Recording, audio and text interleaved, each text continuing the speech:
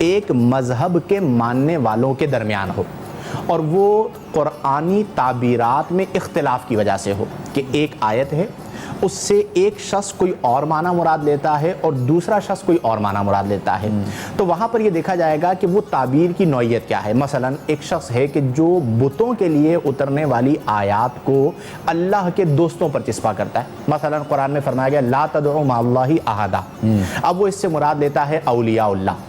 تو یہاں پر اس کا فتنہ ہونا اس لیے واضح ہے کہ جب لا تدعوا مع اللہ احدا آیت اتر رہی تھی رسول اللہ صلی اللہ علیہ وسلم پر، تو اس زمانے میں اولیاء اللہ کو پکارنے کا کوئی رواج نہ تھا، بلکہ اس زمانے میں بتوں کو پکارا جاتا تھا۔ تو من دون اللہ کہا گیا کہ تم اللہ کو چھوڑ کر ان پتھروں سے بنے ہوئے بتوں کو نہ پکارو۔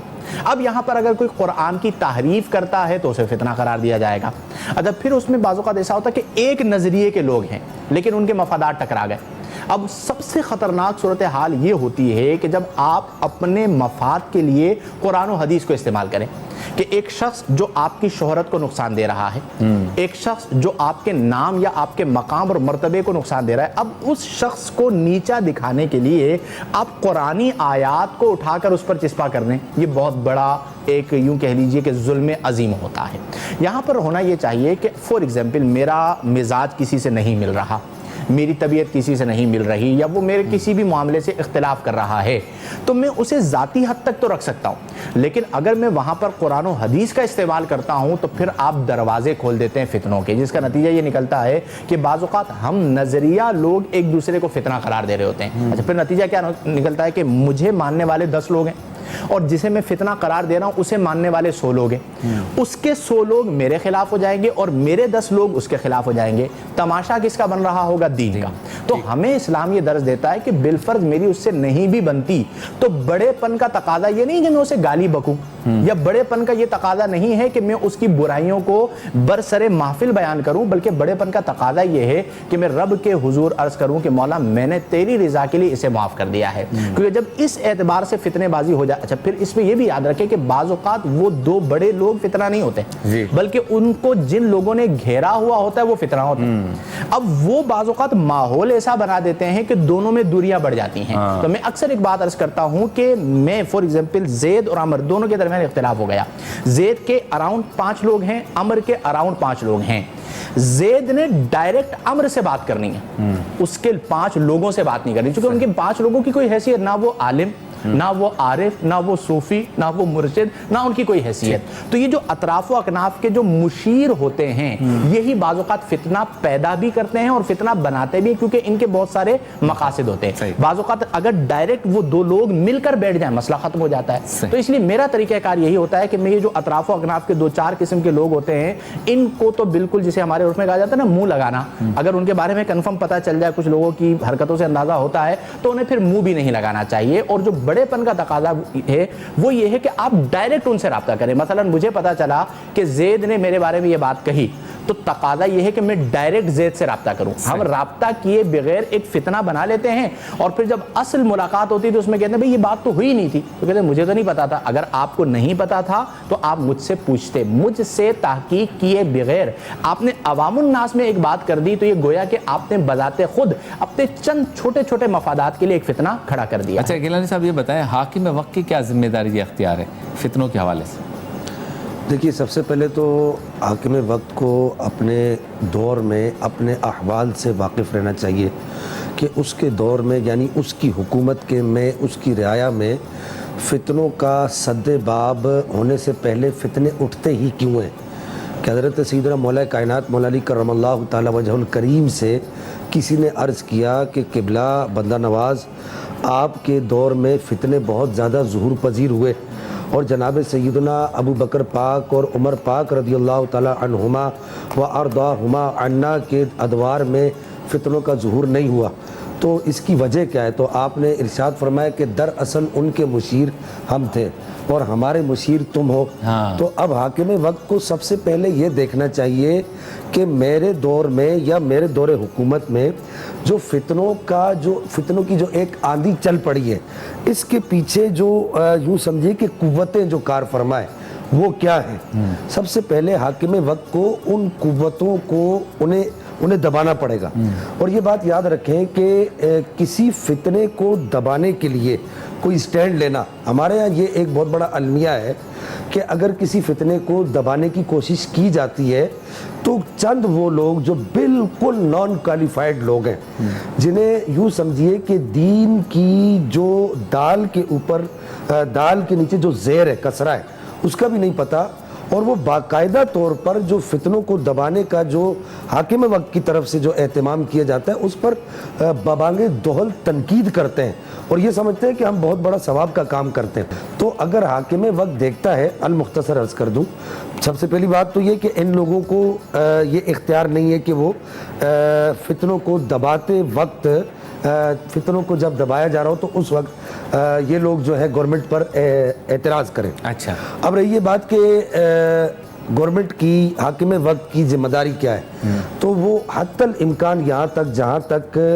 لوگوں کا کم نقصان ہوگا دیکھا یہ جائے گا کہ لوگوں کا نقصان کتنا کم، مقابلہ کرتے کس دائرے میں ہوتا ہے. صحیح. جس دائرے میں اس کا لوگوں کا نقصان کم ہوتا ہے اسے وہ فیصلہ لینا پڑے گا، وہ ڈیسیجن لینا پڑے گا. بہرحال کہ حاکم وقت کے اوپر یہ واجب ہے، علماء نے لکھا ہے کہ اسے چاہیے کہ سد باب فتنہ کا پورا اختیار بھی رکھتا ہے اور پورا اہتمام بھی کرے گا. بہت شکریہ. فتنوں کا مقابلہ کیسے کریں، یہ ہمارا آج کا موضوع ہے. پروگرام آپ دیکھ رہے ہیں. جمعہ مبارک. آپ سے ملاقات ہوتی ہے مختصر سے وقفے کے بعد.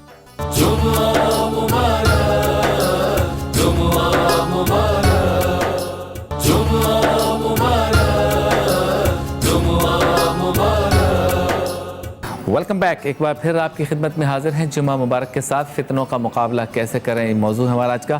اچھا مفتی صاحب، اطاعت امیر کی کتنی اہمیت ہے؟ جب مقابلہ کرنے کے لیے ہم نکلیں تو ایک امیر ہونا چاہیے، اور اگر ہونا چاہیے اس کی ذمہ داریاں کیا ہیں؟ جو پیچھے چل رہے ہیں ان کی ذمہ داریاں کیا؟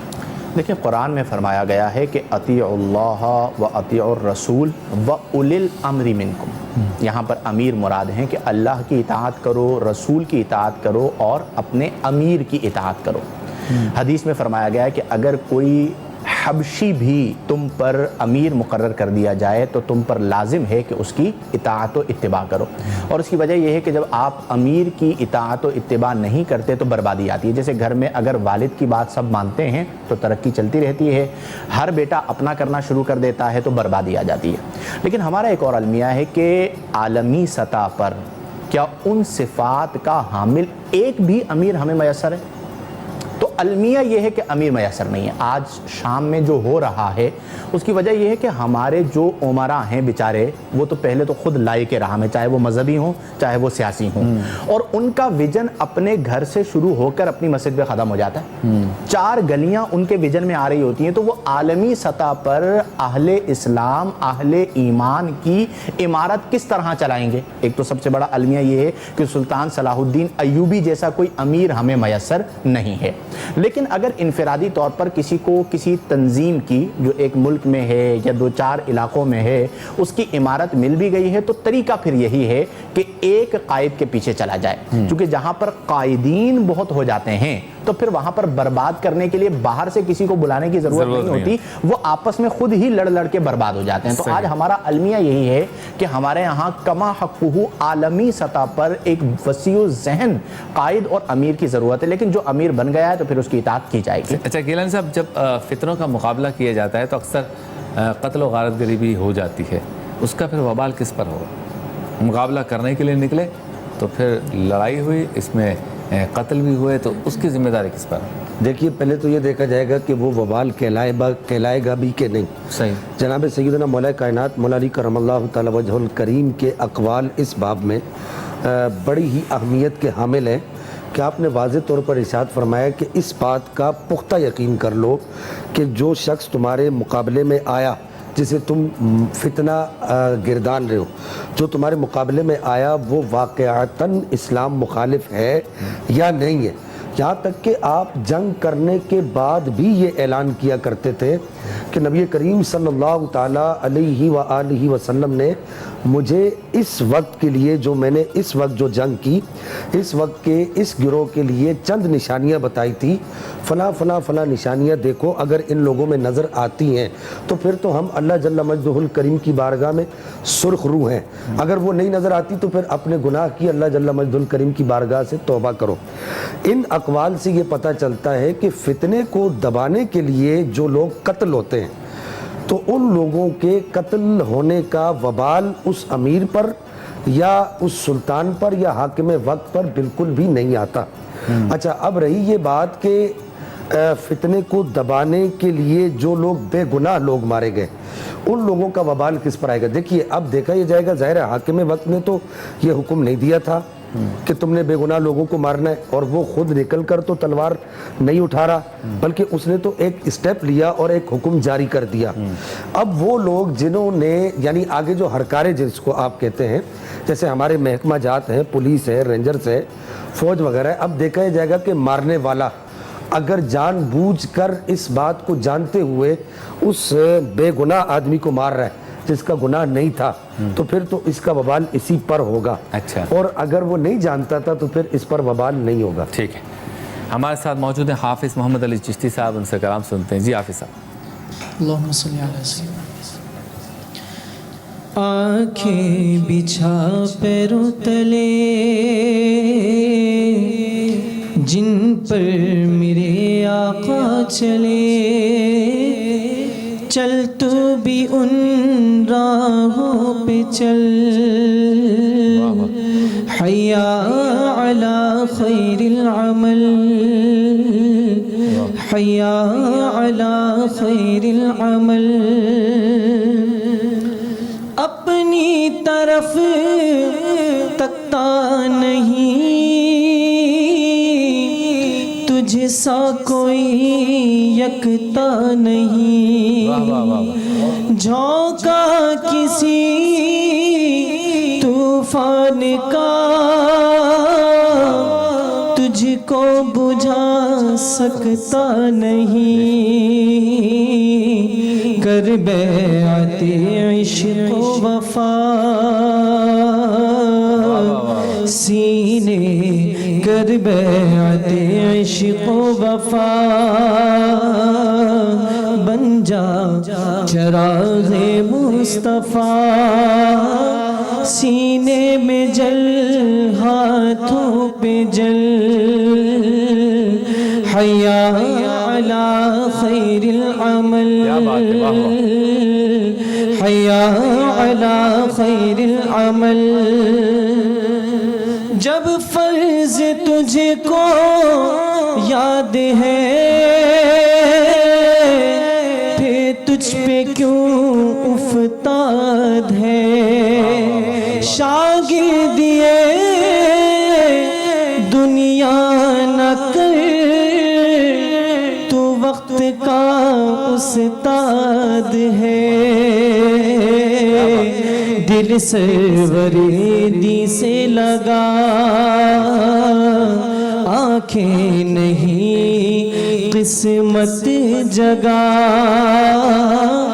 چہرہ نہیں شیشہ بدل، حیا علی خیر العمل، سارے صنم مسمار کر،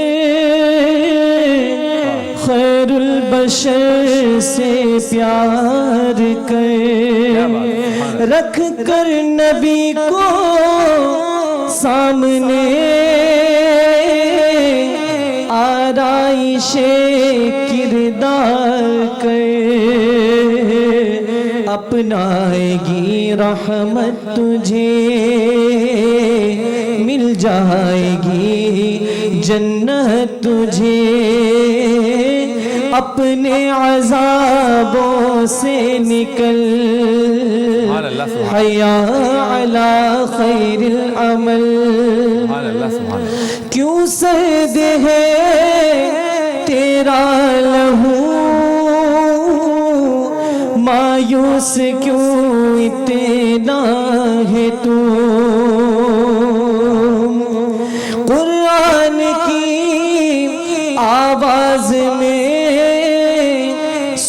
نغمے لا تقنطوا، کیا بات، تجھ میں تو اس کی باس ہے جس جان حق کے پاس ہے، تیری ہر ایک مشکل کا حل حیا علی خیر العمل۔ سبحان اللہ سبحان اللہ۔ حافظ محمد علی چشتی صاحب نے بہت خوبصورت پر اثر کلام پیش کیا۔ چلتے ہیں بریک کی جانب، بریک کے بعد ہوتی ہے آپ سے دوبارہ ملاقات۔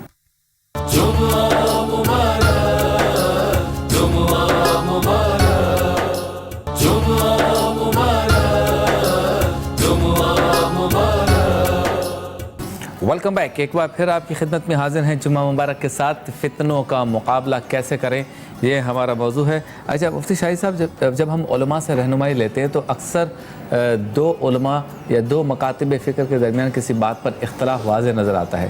اب وہاں پر بھی کبھی کبھی ایسا ہوتا ہے کہ اختلاف زیادہ بڑھتے اس جگہ پہ آ جاتا ہے کہ دونوں ایک دوسرے کو فتنہ کہتے ہیں۔ دین کا بھی نام ہے اور مذہب کا بھی نام ہے، اعمال بھی ایسے ہی ہیں جیسے ایک دوسرے، لیکن فتنے کی جب بات آتی ہے تو ہم اس معاملے میں بھی کیا کریں؟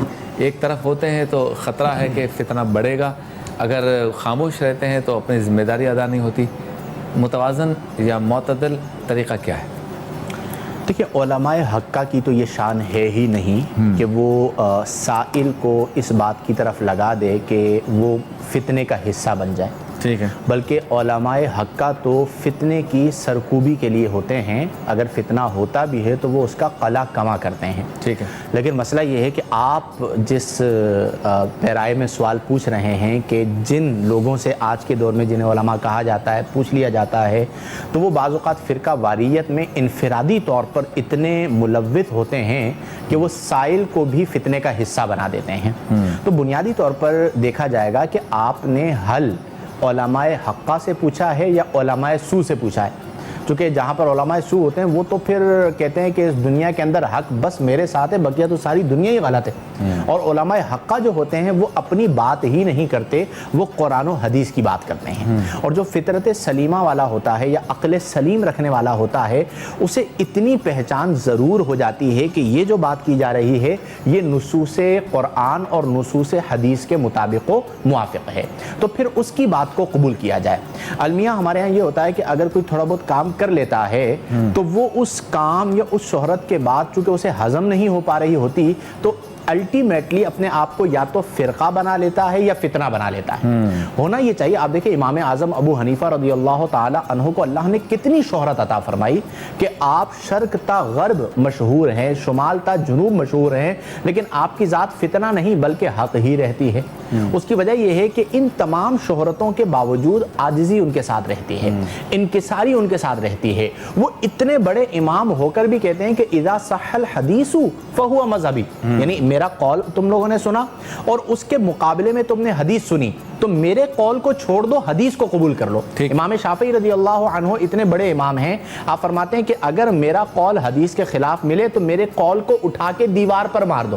لیکن آج بعض ایسے لوگ ہیں کہ جو کہتے ہیں نہیں ہماری بات پہلے، معاذ اللہ قرآن بعد میں یا حدیث بعد میں، تو پھر وہ فتنہ ہوتے ہیں۔ ایسے لوگوں کی صحبت سے کنارہ کشی اختیار کرنی چاہیے۔ اور یہاں پر میں ضمناً اس بات کو چھوڑ دوں کہ چونکہ سوشل میڈیا کا دور ہے تو آپ کو ہر بندہ ہر موضوع پر گفتگو کرتے ہوئے نظر آتا ہے اور وہ اپنی ذات کے اندر ایک مکمل فتنہ ہوتا ہے۔ تو اس سے بچنے کے لیے ہمیں چاہیے کہ اہل حق کی طرف رجوع کریں جنہوں نے اپنی پوری زندگیاں قرآن و حدیث کو دی تاکہ آپ قرآن و حدیث کے صحیح احکام کا استفادہ کر سکیں۔ بہت خوب۔ اچھا گیلانی صاحب یہ بتائیں موجودہ دور کا آپ کے خیال سے سب سے بڑا فتنہ کون سا ہے؟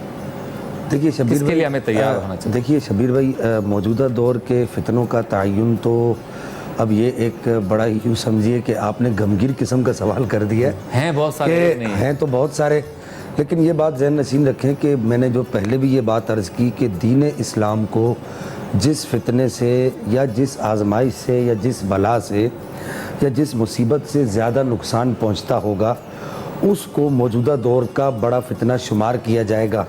اب میں باقاعدہ طور پر تو کسی چیز کی نشاندہی نہیں کر سکتا، لیکن اتنا ضرور ہے کہ اس وقت موحدین کے مقابلے میں جو ملحدین کا ایک بہت بڑا فتنہ ہے یوں کہیے کہ لبرلزم کو بہت زیادہ عام کرنے کی کوشش کی جا رہی ہے، اور دین اسلام کے خلاف پورے طریقے سے پروپیگنڈا اور پورے طریقے سے یوں سمجھیے کہ الحادی قوتیں پورے طریقے سے وہ کمر بستہ ہو کر دین اسلام کے وہ دلائل بالخصوص جن کا تعلق اللہ جل مجدہ الکریم کی توحید سے اور نبی کریم صلی اللہ تعالیٰ علیہ وسلم کی رسالت کی ختمیت سے، اس پر باقاعدہ طور پر کام کیا جا رہا ہے، لٹریچر لکھے جا رہے ہیں، اور یوں سمجھیے کہ لیکچر دیے جا رہے ہیں، اور لیکچرز کو ازبر کرایا جا رہا ہے آنے والی نسلوں کو۔ تو میں یہ سمجھتا ہوں کہ اس دور کا سب سے بڑا فتنہ یہ، کیونکہ اگر جب لبرلزم عام ہو جائے گی، جب ہر ذہن ایک عام ذہن بن جائے گا، ہر ذہن یہ سوچے گا کہ میں اللہ کی کتاب سے وہ بات سیکھ سکتا ہوں تو اللہ نے ڈائریکٹ مجھے کہی ہے، مجھے علماء کی ضرورت نہیں ہے، میں نبی کے فرمان سے وہ بات سیکھ سکتا ہوں جو نبی نے ڈائریکٹ مجھے کہی ہے، مجھے علماء کی ضرورت نہیں ہے۔ اچھا، یہ بیچ میں نے ایک ضمنی بات عرض کر دی، یہ بھی ایک فتنہ ہے، لیکن جو بات میں عرض کر رہا تھا کہ جب ہر ذہن میں یہ بات آ جائے گی کہ اللہ جل مجدہ الکریم کے وجود پر شکوک و شبہات پیدا ہو جائیں گے، نبی کریم صلی اللہ علیہ وسلم کی رسالت اور آپ کے فرمان کے بارے میں شکوک و شبہات پیدا ہو جائیں گے، تو اس وقت یوں سمجھیے پھر اسلام کا جو شیرازہ ہے وہ بالکل بکھر کر ریزہ ریزہ ہو جائے گا۔ تو موجودہ دور کا جو سب سے بڑا فتنہ ہے، میں اس وقت سننے والوں کو بھی یہ پیغام دینا چاہوں گا کہ آپ کتاب و سنت سے، علماء کی رہنمائی سے، اللہ جل مجدہ الکریم کے محبوب صلی اللہ تعالیٰ علیہ وسلم نے جو دین کے جو راستے بتائے ہیں ان سے ہٹ کر کسی بھی دلیل کو، کسی عقلی دلیل کو اپنے یوں سمجھیے کہ ایک تو کان میں لا کر دوسرے سے نکال دینا، بلکہ ایک کان میں لائے بھی نہ، اگر آپ یوں کرتے ہیں تو اس وقت آپ موجودہ دور کے سب سے بڑے فتنے کا شکار ہیں۔ اللہ مختصراً اور جلد اگر ہم روحانی گلدستے کی طرف چلے جائیں۔ جی، وسعت رزق کے لیے ایک وظیفہ عرض کر رہا ہوں۔ سورہ مزمل کے بارے میں صوفیہ فرماتے ہیں کہ وسعت رزق کے لیے مجرب وظیفہ ہے۔ اگر روزانہ فجر کی نماز کے بعد 3 بار اگر کوئی عادتاً سورہ مزمل کو پڑھنے کی عادت بنا لیتا ہے تو اللہ تعالیٰ اس کی برکت سے اسے اپنی ذات کے سوا کسی کا محتاج نہیں بنے گا۔ تو ہم سب کو چاہیے کہ ایک روٹین کے اندر فجر کی نماز کے بعد کچھ منٹ میں آپ سورہ مزمل 3 بار پڑھ سکتے ہیں۔ چھوٹی سی یہ بالکل سورہ مزمل کو اپنا وظائف میں شامل کرنا چاہیے۔ بہت خوب۔ فتنوں کا مقابلہ کیسے کریں، یہ ہمارا آج کا موضوع تھا۔ تینوں معزز مہمانان گرامی کا شکریہ۔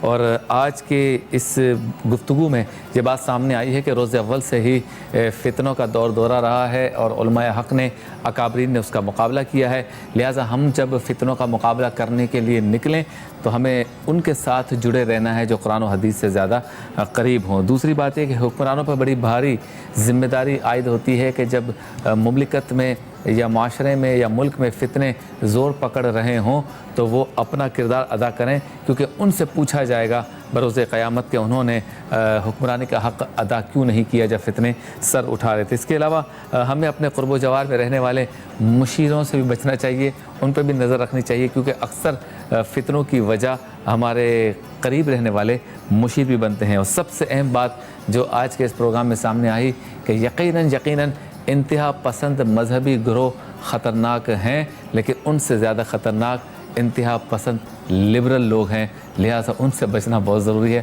اللہ تعالی ہم سب کو عمل کی توفیق عطا فرمائے۔ پروگرام کے اختتام پر حافظ محمد علی چشتی صاحب کلام پیش کریں۔ دل ٹھکانا میرے حضور کا ہے جلوہ خانہ، سبحان اللہ، میرے حضور کا ہے نعمتیں سب وہی کھلاتے ہیں دانا دانا، میرے حضور کا ہے دانا دانا، ایک پل میں ہزاروں عالم میں، ایک پل میں ہزاروں عالم میں آنا جانا آنا جانا، میرے حضور سعاسی کہاں مدینہ کہاں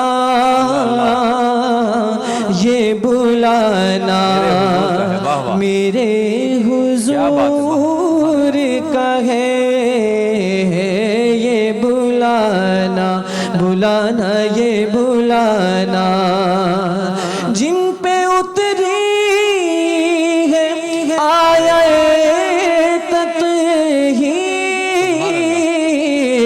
جن پہ اتری ہے آیت تطہیر وہ گھرانہ گھرانہ وہ گھرانہ میرے حضور کا ہے ذکر شامل نماز میں خالد پنجے گانا پلجے گانا